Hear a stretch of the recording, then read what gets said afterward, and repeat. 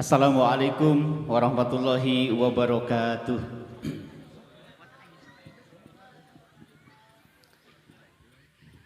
Alhamdulillahilladzi asra bi abdihi laila minal masjidil haram ilal masjidil aqsa alladzi barakna haulah. Wa qala aidan fa khalafa min ba'dihim khalfun adau'us shalah wa taba'us syahawat fasawfa yalqawna ghayya. Wa qala aidan ya ayyuhalladzina amanu may yartadda minkum an dinihi fasawfa ya'tillahu biqaumin yuhibbuhum wa yuhibbunah adillatin 'alal mu'minin a'izzatin 'alal kafirin yujahiduna fi sabilillah wa la yakhafuna laumata laim. Shadaqallahul adzim.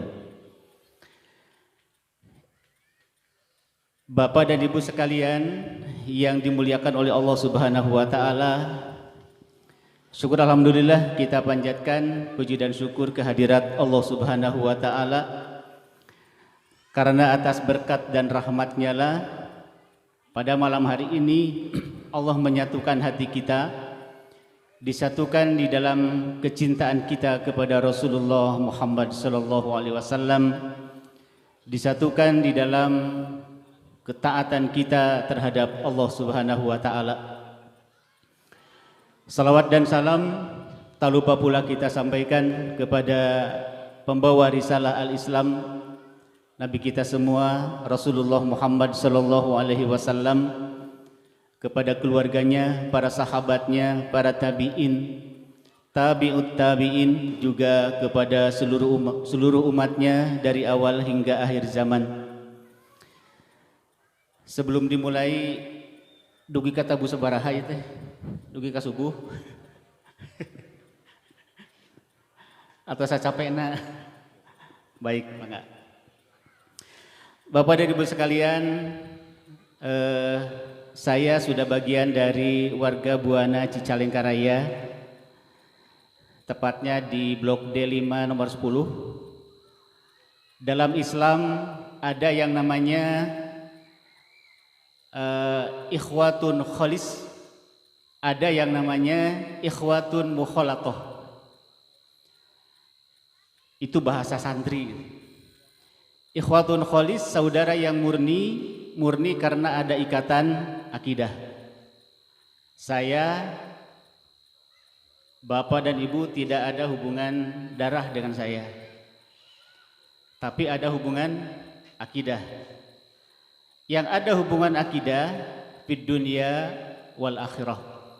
Pasti bersaudaranya itu di dunia ongkoh, di akhirat juga kita ketemu lagi. Kalau tidak percaya silahkan duluan, saya nyusul.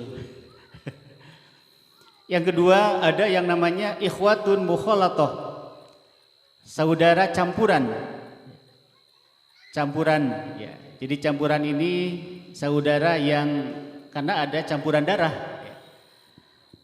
Kata Nabi 15 abad yang lalu disampaikan, rubba akhilaka lam talidhu ummuka wa rubba aduwilaka waladathu ummuka. Betapa banyak saudaramu yang tidak dilahirkan dari perut ibumu, dan betapa banyak musuhmu yang dilahirkan dari perut ibumu sendiri. Ini yang dimaksud, betapa banyak saudaramu yang tidak dilahirkan dari perut ibumu, itu dinamakan ikhwatun kholis. Kita meninggalkan dunia, nanti kelak akan berjumpa kembali ketika akidahnya sama. Jadi mari kita sama-sama menjaga akidah kita. Jadi akidah kita ini, keyakinan kita di warga ini kita jaga dengan sebaik-baiknya. Dan betapa banyak musuhmu yang dilahirkan dari perut ibumu sendiri. Ada kalanya adik dan kakak jadi musuh, begitu ya. Seperti Qabil dan Habil. Di dalam sejarah kurban, setelah saya teliti ternyata Qabil itu membunuh Habil gara-gara perempuan, Pak Bu. Karena dulu syariatnya pernikahan silang.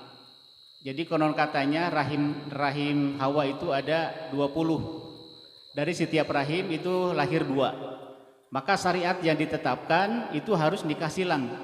Adiknya Qabil cantik, adiknya Habil biasa-biasa saja. Si Qabil tidak mau ke adiknya Habil karena biasa-biasa. Jadi inginnya ke adiknya sendiri yang cantik.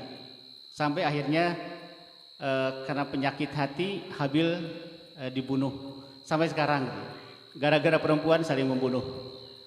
Halo perempuan, jadilah berlian ya. Jangan jadi bala-bala.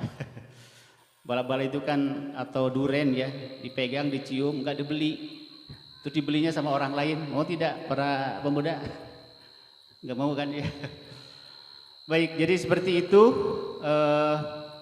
Betapa banyak musuhmu yang dilahirkan dari perut ibumu sendiri. Bahkan orang tua bisa menjadi musuh, anak bisa menjadi musuh. Ini yang harus kita jaga bersama-sama di Buana ini gitu ya. Ini mah prolog dulu Pak. Prolog dulu. Jadi intinya kita semuanya bersaudara di dalam akidah yang sama. Kemudian bagi yang saudara karena ada ikatan biologis gitu ya, darah, kita juga sama kita jaga dengan sebaik-baiknya ya. Masalah warga kita adalah masalah bersama. Oleh karena itu kita tingkatkan kebersamaan, ini sangat penting sekali gitu ya. Baik Bapak dan Ibu sekalian, dengan waktu mungkin 25 menit lagi saya akan kalau bercerita tentang Isra Mi'raj, Bapak dan Ibu silahkan membuka di Google atau di YouTube ya. Itu selesai masalahnya. Ya, jadi perjalanannya seperti apa dan sebagainya. Saya akan melihat dari sisi yang lain ya. Sisi yang lain. Tadi saya membacakan 2 ayat ya, 2 surat di dalam Al-Qur'an. 2 surat dalam Al-Qur'an. Yang pertama ini terdapat di dalam surah Maryam ayat 59. Ayat ini membicarakan satu generasi, karena memang di dalam Al-Quran itu ada 2 generasi. Generasi yang jelek, kemudian generasi yang akan menyelamatkan generasi yang jelek itu. Fakhalafa min ba'dihim khalfun adha'us shalah wa taba'us syahawat. Maka akan datang setelahmu Muhammad sebuah generasi. Fakhalafa min ba'dihim khalfun, generasi yang dipecundangi. Kemudian di dalam ayat ini Allah memberikan dua ciri. Pertama, adha'us shalah, orang yang meninggalkan sholat. Ya, makna dari adha'us shalah ini adalah tarkus shalah, artinya tidak sholat sama sekali. Nah, tentunya kalau berbicara sholat adalah berbicara hubungannya dengan muslim ya.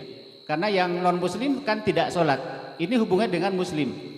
Adha'us shalah, tarkus shalah. Jadi orang yang meninggalkan sholat, tidak sholat sama sekali. Yang kedua adalah melalaikan sholat. Adha'us shalah, yang kedua wattaba'us syahawat. Jadi Allah memberikan generasi yang dipecundangi, generasi yang tidak beruntung. Pertama adha'us shalah, yang kedua wattaba'us syahawat, adalah orang yang mengikuti syahwat, hawa nafsu. Fasaufa yalqawna ghayya, maka yang 2 ini akan ditempatkan di tempat yang bernama ghayya. Ghayya itu tempat yang tidak menyenangkan ya. Di dalam neraka itu ada yang namanya ghayya. Ghayya diperuntukkan bagi orang yang adha'us shalah, yang kedua wattaba'us syahawat. Ini satu generasi yang diceritakan di dalam surah Maryam, atau dalam bahasa santri waqi'ul ummah ya. Realita umat saat ini setelah generasi Muhammad, Rasulullah Muhammad, kemudian sahabat, tabi'in, tabi'ut tabi'in, dari seterusnya sampai ke sini. Setelah mereka, karena mereka itu generasi jilul azim, bukan jil jaringan Islam liberal. Jil itu jilul azim, generasi yang sangat besar. Kenapa disebut besar? Karena dibesarkan oleh orang yang besar, dan orang yang besar ini Rasulullah dibesarkan oleh yang maha besar, sehingga diturunkanlah kepada sahabat. Mereka adalah kuntum khairu ummah, Jadi yang dinamakan kuntum khairu ummah adalah as-sabiqunal awalun, adalah generasi sebelumnya. Ya. Jadi setelah generasi sebelumnya, fa khalafa mim ba'dihim khalfun adaa'us shalah wattaba'us syahawat fasawfa yalqawna ghayya.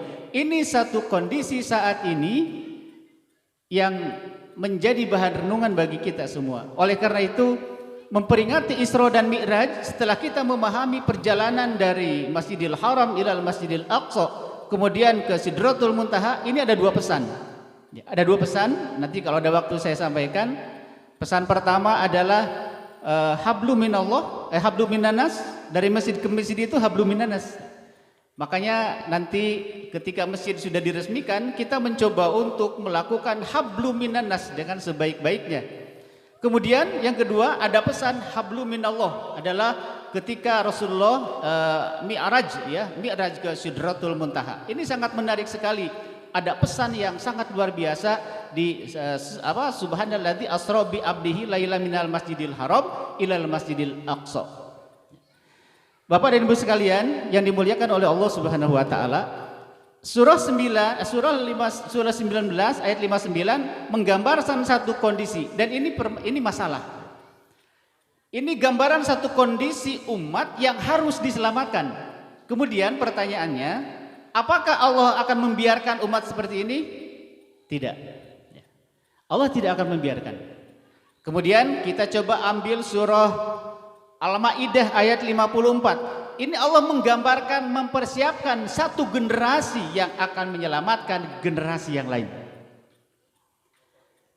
Ya ayyuhalladzina amanu, setiap ayat yang diawali dengan ya ayyuhalladzina amanu itu maknanya nidaul uluhiyah, panggilan yang bersifat ketuhanan. Setiap ayat yang diawali dengan amanu, apa jawab kita? Jawab kita labbaik wa sa'daik, siap melaksanakan perintah selanjutnya.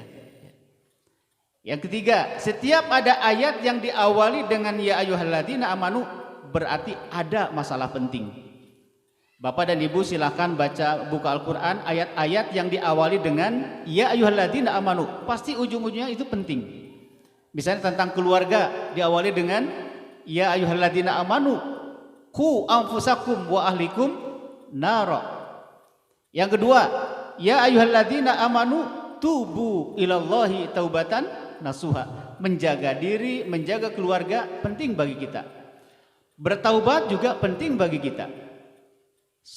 Ayat saum diawali dengan ya ayyuhalladzina amanu kutiba alaikumusiyam. Juga diawali dengan amanu, berarti di situ ada masalah penting. Nah, berbicara generasi yang akan menyelamatkan generasi yang lain, di Buana ini harus muncul generasi pengganti, ya. Harus muncul para pemuda, harus muncul asyabab, harus muncul remaja-remaja yang yasrah sadrahu lil masjid, hati mereka terbuka untuk masjid. Baik, ya ayyuhalladzina amanu, wahai orang-orang yang beriman, mayyartadda minkum an dinihi, barang siapa yang murtad. Di sini ada mayyartadda minkum an dinihi, murtad dari agamamu. Murtad di sini pertama murtad secara nilai, artinya sudah keluar dari nilai-nilai Islam. Itu digambarkan di dalam surah tadi, surah Maryam ayat 59. Adaa'us shalah, secara nilai itu berarti perlu diperbaiki. Wattaba'us syahawat, itu pun berbicara masalah nilai. Artinya secara nilai itu sudah banyak yang keluar dari rel. Yang kedua, murtad secara status, artinya pindah agama. Baik, saya tidak akan fokus di andinihinya, tetapi yang menarik, fasaufa ya'tillah biqaumin, maka Allah akan mendatangkan sebuah kaum. Jadi ya ayyuhalladzina amanu mayyartadda minkum an dinihi, wahai orang-orang yang beriman, barang siapa yang murtad dari agamamu baik secara status maupun secara nilai, fasaufa ya'tillah biqaumin, maka Allah akan mendatangkan sebuah kaum. Pertanyaannya, siapa kaum di sini? Ternyata setelah saya membuka beberapa tafsir, ahli mufassirin menyepakati bahwa yang dinamakan biqaumin adalah asyabab, Para pemuda. Ada apa dengan pemuda? Dalam Al-Quran, sepertiga Al-Quran itu adalah sejarah. Di dalam sejarah diceritakan banyak pemuda. Coba, yang menghancurkan berhala, pemuda Ibrahim. Kenapa disebut pemuda? Kata Namrud, siapa yang menghancurkan berhala ini? Kemudian di situ ada saksi, tadi ada seorang pemuda keluar dari ruangan. Berarti dia masih muda. Jadi pemuda itu seperti matahari di atas kepala, jadi serba panas gitu ya. Mungkin Ibrahim melihat berhala panas juga gitu ya, hanya dihancurkan. Kemudian pemuda Ashabul Kahfi disebut pemuda. Pemuda Ali yang menggantikan posisi tempat tidurnya Rasulullah dan taruhannya adalah nyawa. Kemudian siapa lagi? Pemuda Amr bin Yasir. Ya, itu cerita Amr bin Yasir, man kafara billahi min ba'di illa man ukriha wa qalbuhu mutmainnun bil iman. Ayat ini asbabun nuzulnya berhubungan dengan seorang pemuda yang bernama Amr bin Yasir. Dia mengatakan, baiklah saya akan kembali kepada anak nenek, ke agama nenek moyang saya, tapi illa man ukriha wa qalbuhu mutmainnun bil iman, kecuali dalam hatinya tetap tenang dengan keimanan. Itu pemuda. Makanya bagi para pemuda, coba buka Al-Quran ya, lembaran-lembaran tentang sejarah pemuda di dalam Al-Quran ini sangat luar biasa para pemuda ini.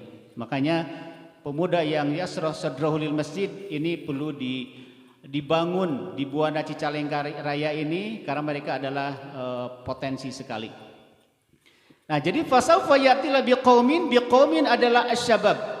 Kemudian dalam ayat ini Allah memberikan beberapa indikasi. Pertama, yuhibbuhum wa yuhibbuna. Mereka mencintai Allah, kemudian Allah mencintai mereka. Ini satu generasi yang akan menyelamatkan, generasi yang dijelaskan di dalam surah Maryam ayat 59. Tadi apa indikasinya? Addu'u shalah wa taba'u syahawat. Adzillatin alal mu'minin. Ciri yang kedua, adzillatin alal mu'minin, saling menyayangi, saling mencintai di antara mereka. Walaupun berbeda mazhab, berbeda partai, berbeda pemahaman, tetapi mereka adzillah, saling mencintai, saling menghormati sesama mereka. Makanya kita coba Buana Cicalengka ini kita bangun religius kulturnya Pak Haji ya. Religius kultur agamanya dibangun dengan sebaik-baiknya.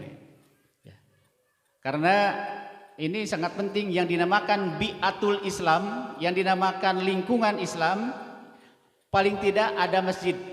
Masjidnya makmur dengan program-programnya. Dinamis, setiap ketemu mengucapkan salam, tersenyum. Tabassum muka fi akhika laka sedekah. Senyum terhadap saudaramu itu bagian dari sedekah. Jadi kalau ke masjid tidak bawa uang, cari orang aja, ajak siri gitu Bu. Itu bagian dari sedekah.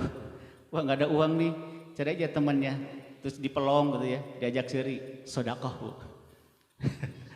Jadi dengan wajah yang ya dengan senyum itu akan menyelesaikan masalah. Itu dinamakan bi'atul Islam. Lingkungan yang islami dalam satu RT, dalam satu daerah ada masjid, masjidnya makmur, masjidnya hidup.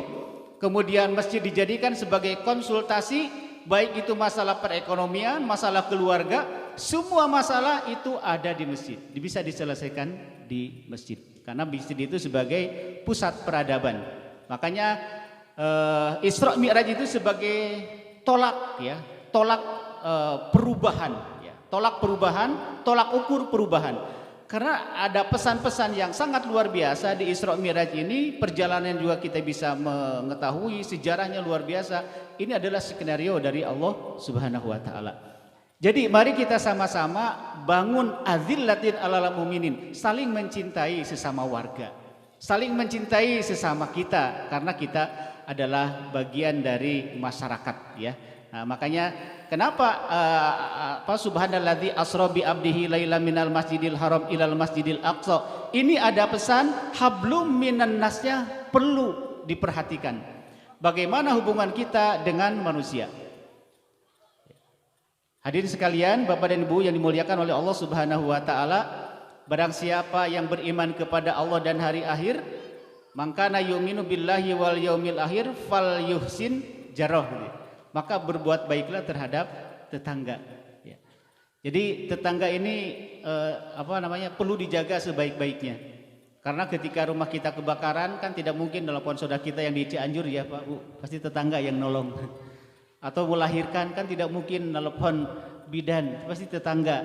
Kebetulan kita tidak punya mobil, tetangga kita punya mobil, pasti tetangga yang menolong. Jadi kita coba membangun ukhuwah dengan di antara kita. Karena ukhuwah itu ada 4 kalau tidak salah. Pertama ada yang dinamakan ukhuwah jahiliyah. Zaman Rasulullah ada yang namanya tempat bernama Darun Nadwah. Darun Nadwah ini tempat berkumpulnya Abu Jahal, Abu Lahab. Mereka berukhuwah. Tapi yang dibicarakan adalah bagaimana membunuh Muhammad, kan itu. Bagaimana supaya Islam itu tidak hidup di Mekah.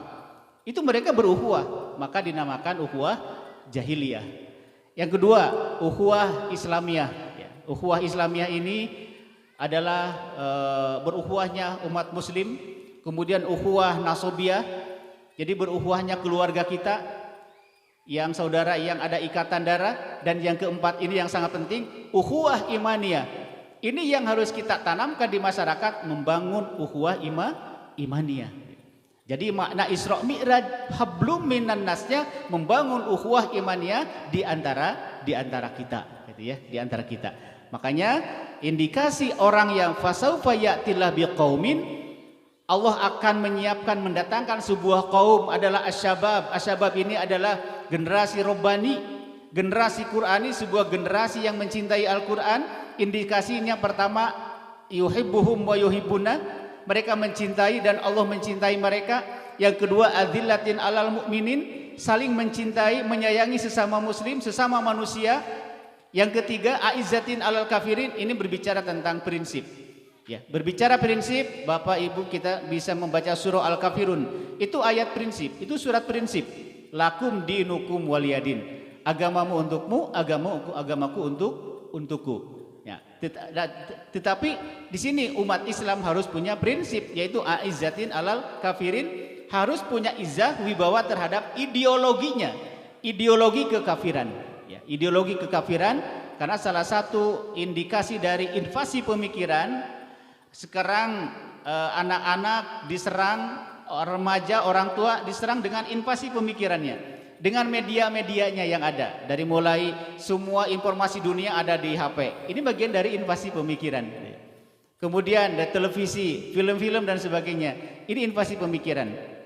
Apa ending dari invasi pemikiran? Pertama, ifsadul akhlak, menghancurkan akhlak muslim. Yang kedua, ifsadul akidah, menghancurkan akidah. Caranya bagaimana? Umat Islam dijauhkan dari masjid, umat Islam dijauhkan dari Tuhannya, umat Islam dijadikan konflik dan sebagainya. Ini masalah pengerusakan akidah. Ini kalau bicara tentang invasi pemikiran atau bahasa santri al-ghazwu al-fikri, ini sangat panjang sekali. Tapi yang jelas umat Islam aizzatil al-kafirin harus punya prinsip. Yuhibbuhum wa yuhibbuna adillatin alal mu'minin aizzatin alal kafirin yujahiduna fi sabilillah, berjihad di jalan Allah Subhanahu wa taala. Tadi ketua panitia menyampaikan bahwa acara ini terlaksana karena ada donatur. Saya teringat dengan surah Hud ayat 111. Ya, innallaha astara minal mu'minina anfusahum wa amwalahum bi anna lahumul jannah. Sesungguhnya Allah telah membeli dari orang-orang beriman, pertama innallaha astara minal mu'minina anfusahum, jiwa mereka, wa amwalahum, dan harta mereka. Dengan apa Allah membeli? Bi annalahumul jannah, yaitu dengan surganya. Ada yang menyumbang makanan, ada yang menyumbang uang, ada yang menyumbang ini itu dan sebagainya. Nanti ke sana mungkin mengeluarkan zakat, kemudian berkurban. Itu adalah bagian dari transaksi jual beli antara dirinya dengan Allah Subhanahu wa taala. Dengan apa Allah membeli? Bi annalahumul jannah, yaitu dengan surganya. Bapak dan Ibu pasti ingin ke surga kan? Insya Allah gitu ya. Oleh karena itu, marilah kita sama-sama kita saling mencintai di antara kita. Ya. Yujahiduna fi sabilillah wala yakhafuna laumata laim. Jika mereka itu dihina, dicemooh, diomongkan gitu ya. Kemudian Sundanya tuh ya, digoreng gitu ya. Dan sebagainya. Wala yakhafuna laumata laim. Mereka generasi ini tidak pernah takut terhadap semuanya itu. Karena generasi ini dipersiapkan oleh Allah untuk menyelamatkan generasi yang diceritakan di dalam surah Maryam. Fa khalafa min ba'dihim khalfun adaa'u shalah wa tabau syahawat fasawfa yalqauna ghayya. Di Buana ini ada fasilitas masjid.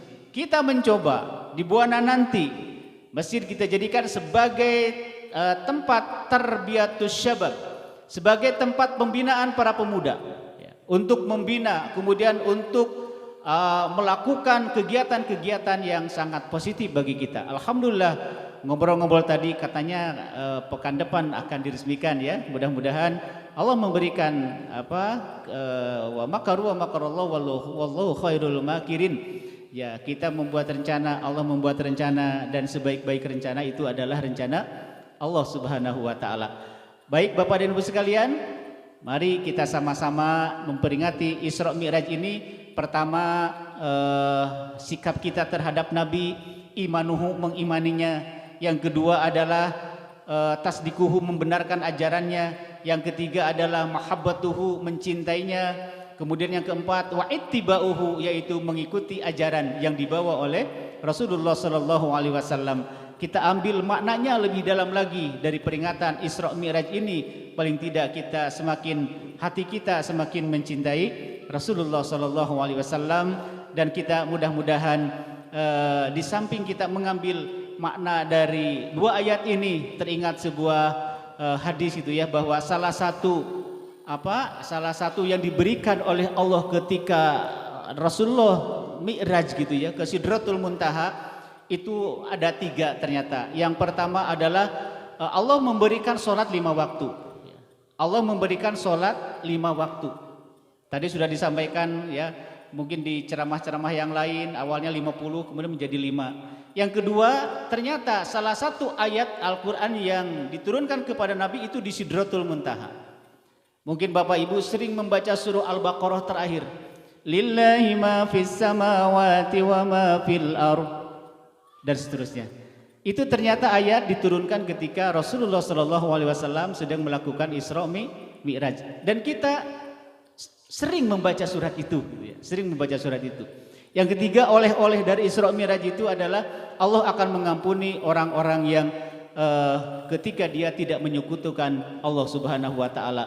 Ini ketika saya melihat salah satu hadis, ternyata salah satu amalan masuk ke dalam surga dan dijauhkan dari siksa api neraka itu, pertama adalah ta'budullah wa la tusyrik bihi syai'a, menyembah Allah dan tidak menyekutukannya. Yang kedua adalah wa tuqimus shalah, mendirikan salat secara tekstual maupun secara konseptual.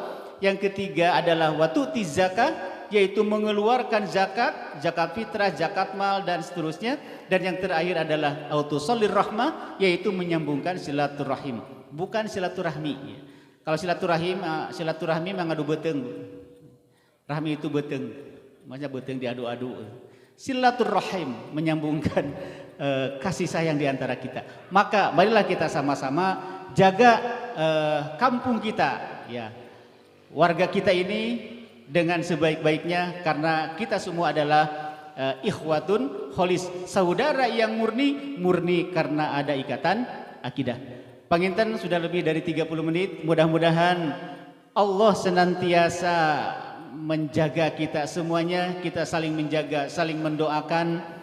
Bagi yang sakit kita doakan, kemudian kalau ada yang membutuhkan kita juga bantu dan sebagainya. Karena itu bagian dari pesan-pesan yang disampaikan oleh Rasulullah SAW, termasuk pesan yang ada dalam surah Al-Isra ini, bagaimana membangun hubungan antara manusia dengan manusia, kemudian hubungan kita dengan Allah, yaitu dengan sholatnya dengan sebaik-baiknya.